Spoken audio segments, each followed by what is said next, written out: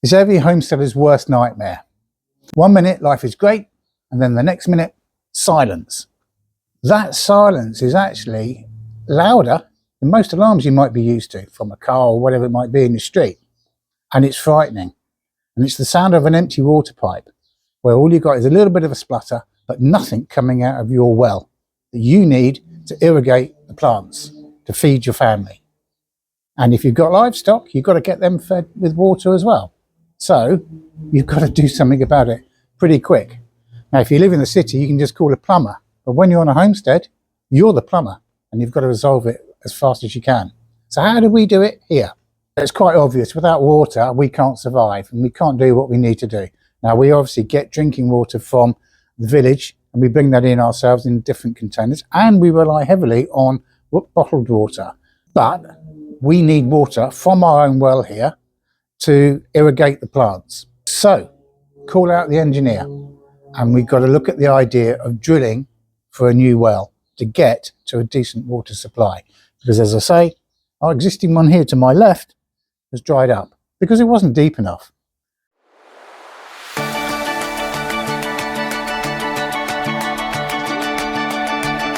So what is 50 meters? Well, I've set up something down the driveway to give you a little bit of an idea. So let's have a wander around down to that, and we'll do a bit of a comparison. So you get an idea just how far down 50 meters actually is, because it's a long way. Got some butternuts there that I harvested just to slowly ripen off and speed up the process because they've been a bit delayed, and some zucchinis and a couple of tocks. But anyway, 50 meters. Well, it's the same length as the average Olympic-sized swimming pool. Or you could look at it another way and think of it as the same height as a 16-story building. It's also approximately half the length of an average football pitch. But to give you more of a visual thing than I can do here, let me show you this. Now, I don't know if you can make that out down there, but that's the lawn tractor or the garden tractor. And from where we're sitting now to that space there, that is 50 meters exactly. And that is how far down we had to drill through our ground to get to a new water supply and start to resolve the issues that we've got. Now I need to go and get that tractor, so I'm going to walk down and get it and bring it back.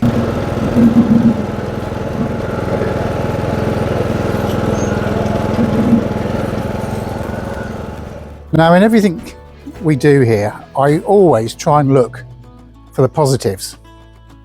And initially, looking at the water drying up, and we're stood just above the hole of where the original well was, I'm looking at ways to turn it back to my advantage. And so, here's the first thing. I just want to show you another indication of how deep this particular space is. So there's the step ladder going down, and if you will try, you can probably make out that pressure gauge. That is roughly where the old pump was, sucking straight out right below that gauge up into the house. Now if I try and come around the other side, I want to be careful because I don't want to fall down it. It's very difficult to see, but there is a pipe there, and that's around about 3, maybe 4 meters down from the edge. There's a hole in that wall, and those pipes then go into the house. Now my first worry was we did not want to dig up all the patio to go across into the wood burning door. If you remember, that's where we are, and therefore into the house. We just didn't want to do that. So with the engineer, we tried to figure out how we could do it. And this is what we came up with initially. The first thing we've got to do is decide where we can get into the ground to get to that water 50 meters below. And we had to walk around, and obviously, like I've just shown you, we don't want to do it in the front. So we came out here, which is the front of the house, and thought, okay, maybe we can do it here. So this is the first location that we came to, which is here. and I set up the drilling rig and started drilling. But he only got down about 3 or 4 meters and he couldn't go any further because it was rock solid. Why was it rock solid?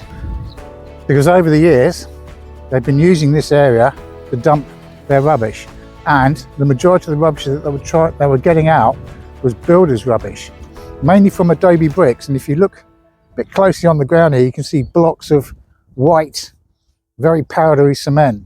Now, so we had to relocate the drill to another location. We'll come to that in a second. But it's highlighted the problem I've got with this bit of ground here.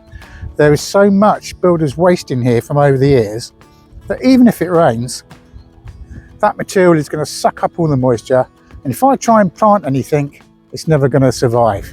And here is a classic example of where I tried to plant this forsythia. It just didn't get any of the moisture at all because it's been sucked up by the rubbish down below. So we had to relocate, and this is where we ended up. Where the tractor is now parked is where we went to. Now, let's go back to my theory of getting the best out of a bad situation. First of all, that's where I installed a bit of a cooking area for the open fire. You see the side of the greenhouse there. And I've let these fake acacias grow because I want it to be a bit more enclosed. And I'm already thinking that because the engineer has said we need to dig a trench from this position back up to that original space in the ground by the summer house, it's going to loosen up my soil because I know it's solid through years of compaction. And we're going to come back to the front of the house in just a second because we've lost quite a bit of the garden there as well. Let me explain more. Okay, so this is the finished thing. I'll open it up in just a second, but if we look across to there, we can see all the material that's come out of the hole that's gone down 50 meters. And at a certain point, when they get to the level they want to get to, because they do go, I can't remember how far down he got to, I think it's about 10 or 15 meters maybe, the drill just wasn't going through. So, good old Hungarian health and safety, they adopted a new tactic. So there he is on top of his drill. One's operating the drill and the other one's getting some extra weight on, just to get through the hard layer of rock before he can then get into the sand below to start getting to the water. Once he's through, they're injecting water, which is being sucked into another tank, and this is the stuff they were pulling out of the ground. Now it's quite sandy, and this was very wet when it came out. You can see the sand in it. Now, as it's drying out, it's getting quite hard. So it's showing me the soil structure, what I've got. Obviously I'm never going to grow anything that deep, and I'm looking at that to see if I can use it in some way, but that's for another day. Anyway, they create the hole, they install the kit. Now they've got to get pipe work from here back up towards the house. So trench was dug. And as I mentioned, using a mini digger to create that trench has loosened up this line here. And this is what the trench looked like when it was finished.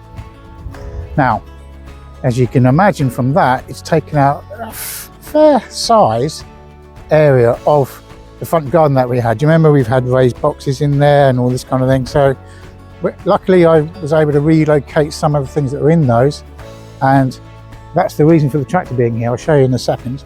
But we got the trench right up to the main area that we needed to get to connect back into the existing space. Okay, now before I lift this off, I just wanted to mention to you that, you know, we've had no rain here. The rainfall totals here are just shockingly bad. So I can't say that I'm surprised about the water supply drying out. What I would say though, if you're looking at buying a place similar to what we're doing here, check it out, because you should be able to get your well measured, and you want to know how long it's been there, all that kind of stuff. And you know, it's worth doing, and then at least you know that you may have to do this work. Now, you know, we've been looking at it saying, and I've been saying, oh, maybe we should look at this, maybe we should look at this. Well, you know, it was on our list, but we didn't do it because something else comes up. Now we've had no choice. So we take this off and let me show you what's inside. So there we have our new plastic, what's it called? Cylinder, tank, I don't know. Little ladder climbing down, and there we have our new pump. And it's very difficult to get the camera in the properly. If you look, you can see this. See if I can move it a bit better. See if I can get in there. We've got the water pipe that's going through that long trench, along with the power cable, and up to the main part of the house. Now, trench filled back in. I'll talk about this little path bit in a second, and you can see what's left of the garden. I'm left with a fairly soft, loose area of soil running all the way up through here, and you can see this hose pipe. It's there for a reason. The idea is I'm going to be able to transplant some of these lilies, and we've got one there flowering, which is very unusual for this time of the year, and put them back in along here, and they will, over the next 2 or 3 years, fill in this space. But prior to doing that, I didn't have a hope of getting into this ground because it was so hard. But it has highlighted another little bit of an issue. So now, where I've just shown you that trench, the majority of it was, you know, not so bad soil wise, but where I am now, it's very sandy, and the soil is settling down since it's been taken out of its trench. And look how easy it is to get this metal rod into the ground. I discovered that because when I've transplanted that hibiscus that you can see here, put my foot the other side of it and it just sank straight down up to my shin. So be aware that you need a little bit of time for things to settle in before you go crazy and start, you know, planting new shrubs in there, because they're going to drop somewhat. Now, I mentioned earlier on that we have had very little rainfall over the last few months here. So water is a precious resource, as we all know. Now, there's a certain section of rules and regulations with regards to having a well drilled if you move into a place like ours. It's a little bit complicated, but it's pretty simple to follow if I summarise it this way. So first of all, you're allowed as a private residential garden to drill a well up to 50 metres in depth for your own personal use at your garden. Fine. If you go above that, then you've got to get permits and you're going to start paying. And that's when the costs can easily increase. The next thing is that let's say you only want a 50 metre depth well or less. What you then have to do is check on an interactive map that they have here, where you type in your location and it will give you a colour. Now, if you're in an area that's coloured in red, you are in what's called an at-risk area. And in that case, it doesn't matter what depth you go to, you need to get permission to get to that water supply. If you're outside of that red area, then it's just white or off-white, and you don't have to worry. And we're in that kind of an area. So we're all right in that regard. We've double checked it with the local agricultural office and the local mayor and council offices here, and we don't need to get those permits. Having said that, we've made sure that the guy that did the work has given us a proper invoice, so that should any time in the future we need to register this well, because there is talk about it happening in the future, we've got the relevant paperwork and the relevant permissions at this time in order to do that and not face any penalties. So that is something else that you really do want to consider if you're going to go down the same route that we have here. Now, what I've learned is that I've no idea how old the original well kit was, but it's certainly more than 5 years, because that's how long we've been here. I would say probably you could easily add maybe another 10 or 15 years on top of that. I don't know, to be honest with you. Up until recently, you know, the water that was coming out, the quality wasn't very good. It would leave a brown residue, you know, and pretty mucky. You certainly wouldn't be drinking it. And if you look on the patio, sometimes you'll see some staining where the water evaporates and leaves that kind of residue behind.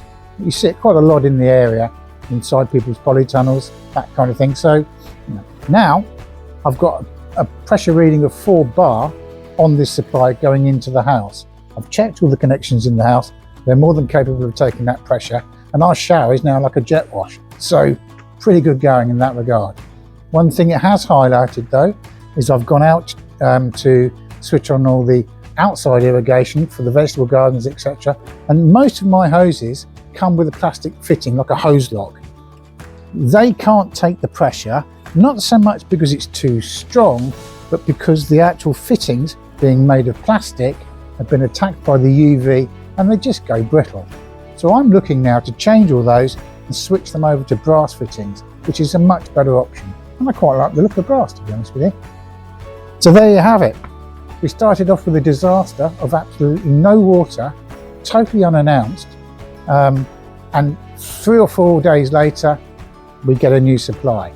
But for a few days we were at panic stations. But now everything's back to normal. Now you wouldn't think, coming into the second week of October, it's a lovely sunny day, it's fairly warm, not too warm, that's why I've got my fleece on, but maybe we're having an Indian summer in Hungary. I'll see you soon.